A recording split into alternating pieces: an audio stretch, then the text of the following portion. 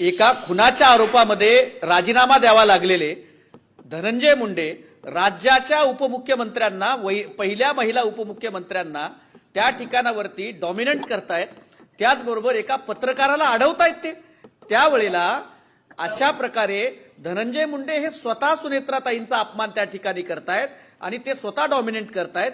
त्यामुळे काँग्रेसने ही आठवण करून दिली की खुनाच्या आरोपामधनं ज्या व्यक्तीला आपला राजीनामा द्यावा लागला तो व्यक्ती पत्रकारांनाही तिथं दाबतोय, प्रश्न विचारण्यापासून धमकावतोय आणि माजी उपमुख्यमंत्र्यांना देखील त्या ठिकाणावरती तिथं कंट्रोल करण्याचा प्रयत्न करतोय। हा उपमुख्यमंत्र्यांचा सुद्धा अपमान आहे, त्या महिलेचा सुद्धा अपमान आहे। आणि आज धनंजय मुंडे पुढे येऊन त्यांच्या मनामध्ये त्यांच्या हृदयामध्ये महिलांच्या सन्मानाविषयी प्रचंड करुणा असल्यासारखे समोर येऊन याचा निषेध करतायत, हे जरा हास्यास्पदच वाटतंय। त्यामुळे राष्ट्रवादीतल्या नेत्यांनी अगोदर सुनेत्राताईंसोबत नीट वागायला शिकावं। आम्ही गुंगी गुडिया जे म्हटलं ते त्यांना आम्ही आठवण करून देतोय की अशा प्रकारचे जे आरोपी लोक तुमच्या पक्षामधले आहेत ते तुमची अवहेलना करतायत।